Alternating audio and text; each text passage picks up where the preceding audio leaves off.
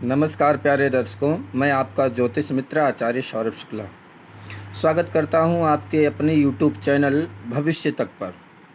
प्यारे दर्शकों, मैंने पिछली पार्ट में बताया था कि आप अपनी कुंडली में कैसे देखें कि कौन सा ग्रह उच्च का है और कौन सा ग्रह नीच का है।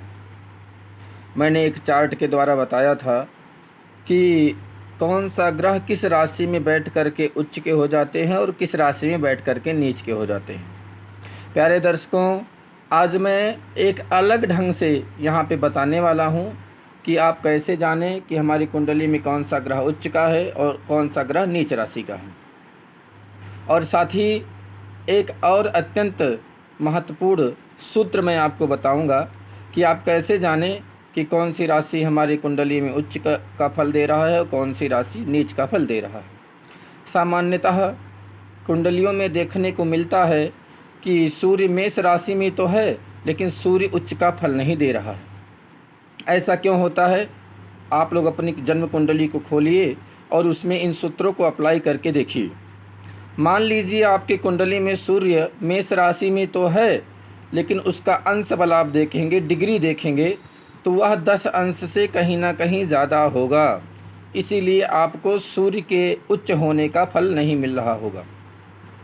प्यारे दर्शकों, यहाँ पे हमने एक चार्ट बनाया है। इस चार्ट के माध्यम से आप लोग देख पाएंगे कि कैसे आप समझें कि कितने डिग्री पे हमारा जो ग्रह है वह रहेगा तो उच्च का फल देगा।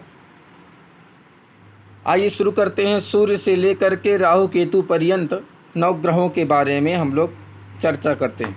सबसे पहले बात करते हैं ग्रहों के क्रम में। जो ग्रहों के राजा कहे जाते हैं, सूर्य से शुरू करते हैं। सूर्य यदि मेष राशि में हो तो वह उच्च का फल देता है। सूर्य मेष राशि में उच्च का फल देता है, लेकिन साथ में यह भी देखना है कि सूर्य का जो अंश है, जो डिग्री पावर है, डिग्री कितना है, अंश बल कितना है। यदि सूर्य 10 अंश तक है तो आपको उच्च का फल मिलेगा। ठीक इसी प्रकार से ग्रह जिस भी राशि में हो, जिस भी राशि में उच्च का होता हो, उसी राशि से आप 7 घर आगे गिन लीजिए, 7 राशि आगे गिन लीजिए, तो उसी राशि में वह नीच का होता है। जैसे उदाहरण के लिए समझिए कि मेष में यहाँ पे सूर्य उच्च का हो रहा है, तो 7 घर आगे, 7 राशि आगे बढ़ेंगे तो यहाँ पे देख रहे हैं आप लोग कि तुला राशि में सूर्य नीच का हो जाएगा। लेकिन तुला राशि का सूर्य केवल 10 अंश तक ही नीचत्व का फल देगा। जैसे ही 10 अंश से ज़्यादा हो जाएगा वह अपना नीच भंग कर देगा, वह सामान्य फल देने लगेगा। ठीक इसी प्रकार से चंद्रमा के बारे में देखते हैं। चंद्रमा वृष राशि में हमेशा उच्च का होता है, लेकिन बहुत जातक के कुंडली में, बहुत से जातक जातिका की कुंडली में चंद्रमा वृष राशि में तो होते हैं, लेकिन चंद्रमा उच्च का फल नहीं देते हैं। उसका कारण यह है कि चंद्रमा उन जातक जातिकाओं की कुंडली में 3 अंश से कहीं ना कहीं ज़्यादा रहते हैं, इसीलिए वह सामान्य फल देना शुरू कर देते हैं। चंद्रमा वृष राशि में उच्च के होते हैं, लेकिन जब 3 अंश पे हों तो परमोच्च का होते हैं। इसी प्रकार से चंद्रमा वृश्चिक राशि में नीच का होते हैं, लेकिन आप चंद्रमा के बलाबल को देखिए, अंश बल को देखिए। यदि 3 अंश से वह ज़्यादा हैं तो वह नीच का फल ना दे करके सामान्य फल देना प्रारंभ कर देते हैं। इसी प्रकार से मंगल मकर राशि में उच्च के होते हैं, लेकिन 28 डिग्री तक ही उच्च के होते हैं। 28 डिग्री के बाद में वह सामान्य फल देने लगते हैं। मंगल कर्क राशि में नीच का हो जाते हैं, नीच का फल देते हैं, लेकिन यदि वह 28 अंश तक हैं तब तो नीच का फल देंगे। 28 अंश से ज़्यादा हो जाएंगे तो उनका भी नीच भंग हो जाएगा। ठीक इसी प्रकार से बुध कन्या राशि में उच्च के होते हैं, लेकिन साथ में ही आपको अंश बल भी चेक करना है। इस चार्ट को आप स्क्रीनशॉट ले लीजिए, जिससे आपको कुंडली देखने में आसानी हो जाए। बुध कन्या में उच्च का होता है, लेकिन जब बुध 15 अंश तक हो तब उच्च का होता है। 15 अंश से जैसे ही ज़्यादा होगा बुध सामान्य फल देने लगेगा। इसी प्रकार से बुध मीन राशि में नीच का होता है, लेकिन 15 अंश तक नीच का होता है।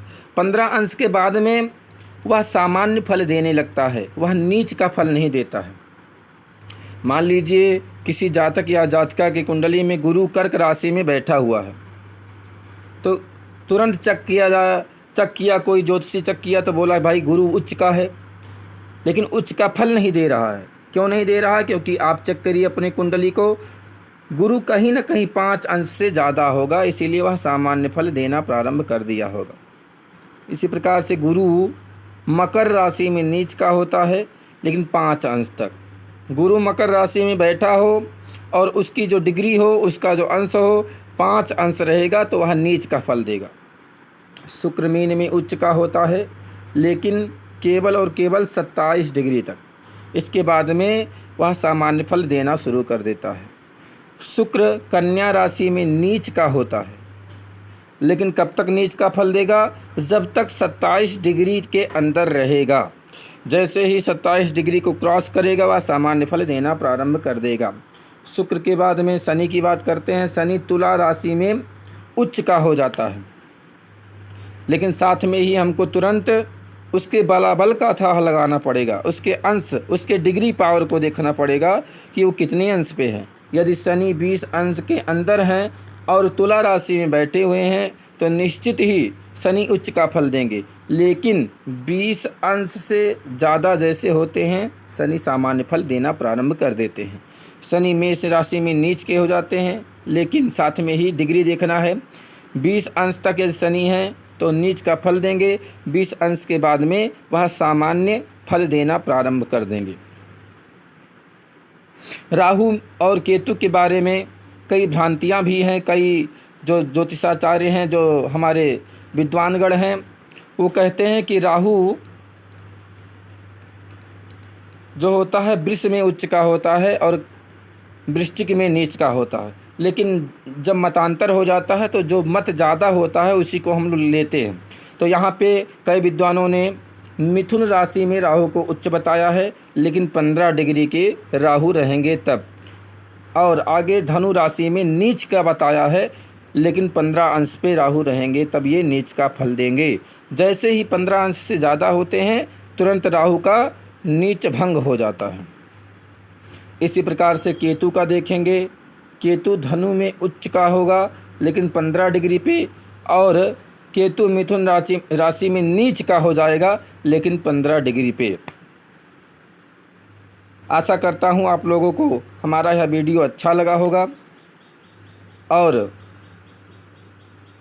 आप लोग ज़्यादा से ज़्यादा लाइक करें, शेयर करें, कमेंट करें, जिससे इस वीडियो का अन्य लोग भी लाभ ले सकें।